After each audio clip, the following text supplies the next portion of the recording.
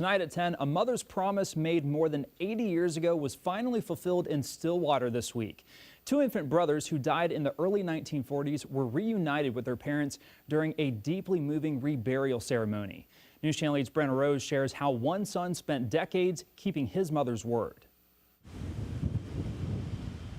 At Fairlawn Cemetery in Stillwater, a moment 8 decades in the making as Jerry Redding honored his mother's wish. I gave my word at that time that I would keep her promise that in 1940 she said to her youngest son, Charles Peter, who died after one day, that she would some way, somehow, someday bring him back to where they were residing here in Stillwater. The newborn was buried in Tennessee, where Redding says his family lived briefly. So he's been buried at Calvary Cemetery and been our responsibility to care for all these years.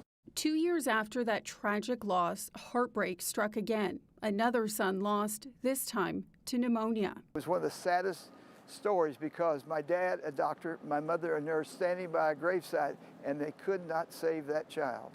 James Edward was laid to rest in Guthrie. It was not common knowledge, and I didn't know about it growing up, that they had two little brothers who didn't survive. At least I don't recall them ever telling me that.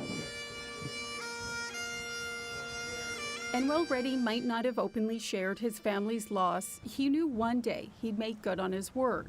That promise would take decades and a lot of patience to keep. A long process involving permits, paperwork, and persistence.